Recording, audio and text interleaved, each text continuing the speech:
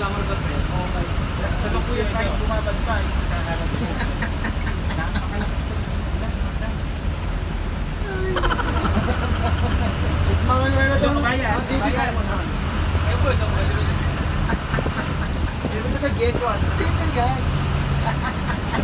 Tawang-tawa na naman ako sa'yo. Sabi niyo siya rin po. Ayan, duwa ka na sa inyo.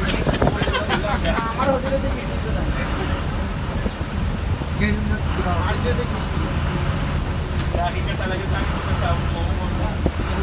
Sa'yo ang dami pa. Sigurado ano yan. Okay. Ang alin, post mo. Tignan natin sila. Ano masasabi mo kung kaya sa Ah, Romeo, bye.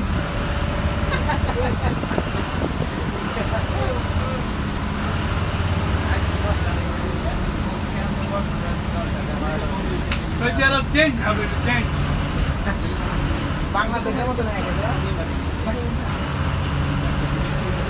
Agya mo lang, sabi ko, di na ko lang video. Baka mo sa video. Ay, mga pagkatulog.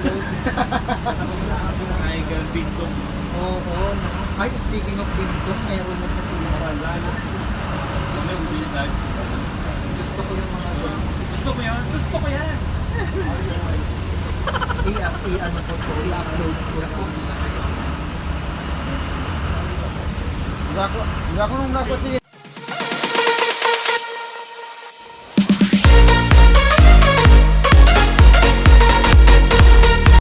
Day off nga kami ngayon at nandito na naman kami sa Alcobar para gumala, kumain at mag-unwind. Since day off kami guys, samahan nyo kami. Nandito kami ngayon at itutur ko kayo ulit sa Alcobar. Ngayon, nandito muna kami sa coffee shop. Nag-drop by kami para lang ipakita sa akin ni Sir Rog tong place na to kasi hindi ko pa to siya napupuntahan. So, ayan, naglalakad na kami. Papunta kami sa Inasal. Kakain muna kami bago kami gagala. Syempre, kain muna para may energy, maglakad-lakad, mag-ikot-ikot, 'di ba? So ayan si Sir Rog, ayan siya ang nagtutour guide sa akin ngayon for today's video, guys. So siyan, samahan niyo kami guys. Kakain muna kami dito sa may Inasal. So tara, samahan niyo kami guys. Kain muna kami.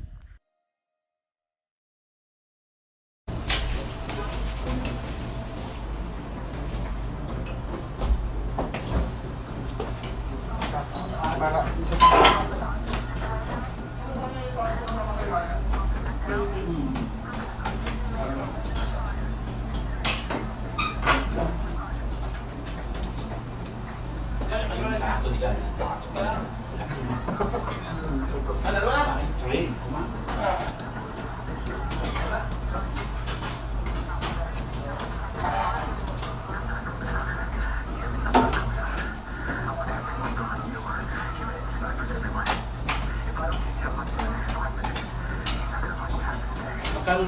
Magkano, di ba 300 ko kunin?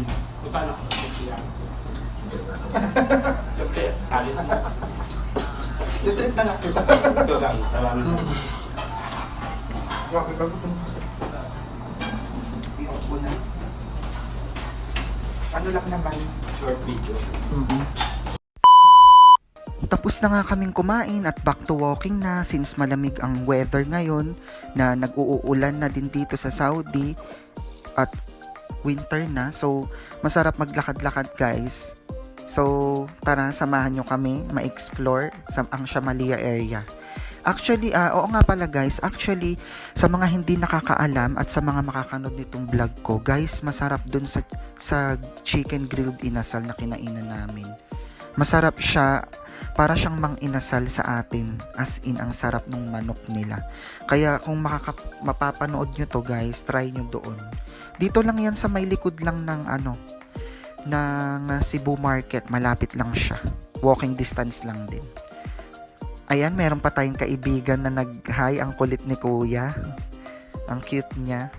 So ayan, samahan nyo kami maglakad-lakad para makita nyo yung area ng Shamalia dito sa may Alcobar, sa may Alcobar.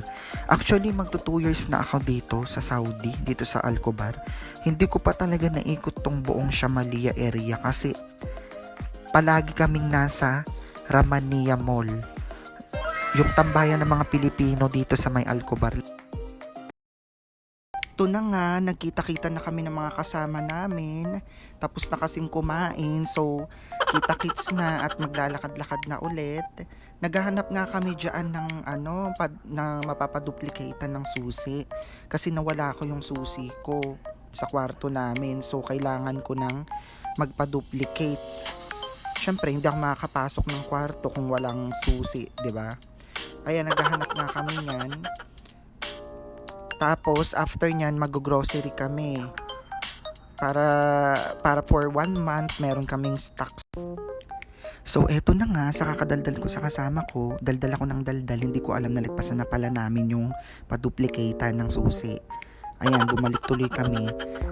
Nagmamarunong pa ako na sabi ko sundan lang nila ako, yun pala ako pa yung makakalimot ng lugar.